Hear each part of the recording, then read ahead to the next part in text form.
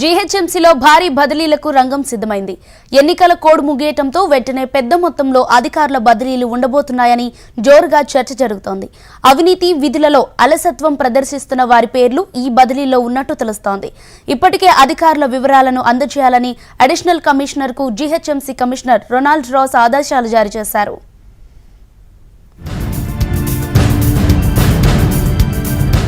గ్రేటర్లో చాలా ఏళ్ల తర్వాత భారీగా బదిలీలకు అధికారులు సమాయత్తమవుతున్నారు.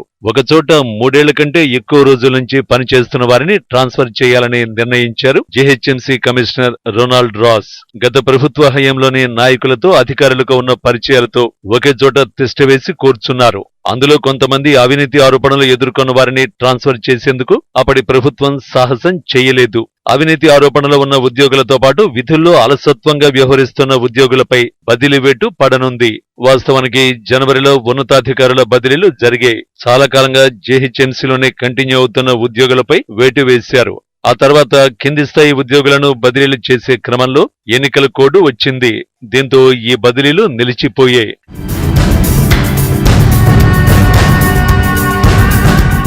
ఇప్పుడు ప్రభుత్వం మారడంతో అవినీతికి పాల్పడుతున్న వారు 3 ఏళ్ల కంటే ఎక్కువ రోజుల నుంచి ఒకే సీటును పట్టుకుని వేలాడుతున్న వారిని ట్రాన్స్ఫర్ చేసేందుకు జీహెచ్ఎంసీ కమిషనర్ రొనాల్డ్ రాస్ సిద్ధమయ్యారు. ఇప్పటికే అడిషనల్ కమిషనర్ ను ఆ లిస్టును ప్రిపేర్ చేసి తనకు ఇవ్వాలని ఆదేశించారు. దీంతో ప్రతి విభాగంలో ఎవరు ఎన్ని రోజుల నుంచి పనిచేస్తున్నారు, ఏ హోదాలో పనిచేస్తున్నారు, అవినీతి ఆరోపణలు ఎదుర్కొంటున్న వారు ఎవరు అనే అంశాలపైన అధికారులు వివరాలు సేకరిస్తున్నారు. ఈ నివేదికను రొనాల్డ్ రాస్ కు అడిషనల్ కమిషనర్ అందజేయనున్నారు.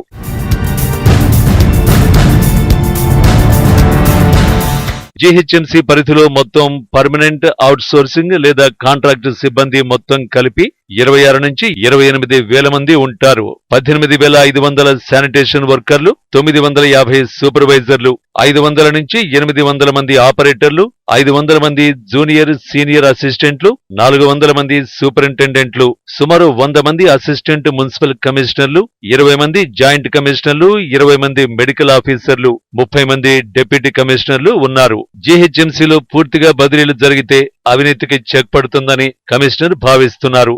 ఎలక్షన్ కోడ్ ముగియడంతో వారం రోజుల్లోనే బదిలీలు జరుగుతాయని అధికారులు అంచనా వేస్తున్నారు.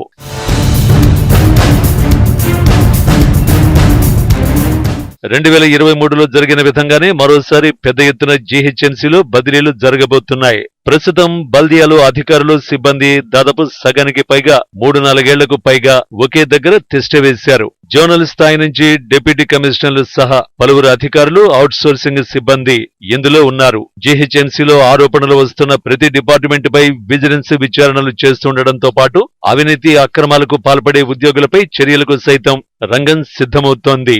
గత ప్రభుత్వంలో కొంతమంది ఓ మాజీ మంత్రి పేరు చెప్పుకుని చక్రం తిప్పారు.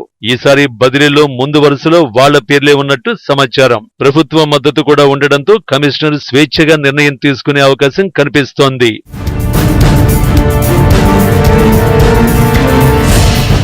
ఇప్పటికే బదిలీల లిస్టు ప్రభుత్వానికి చేరింది. 2 రోజుల్లో బదిలీలకు సంబంధించిన ఆర్డర్స్ వచ్చే అవకాశాలు ఉన్నట్టు జీహెచ్ఎంసీ వర్గాలు చెబుతున్నాయి.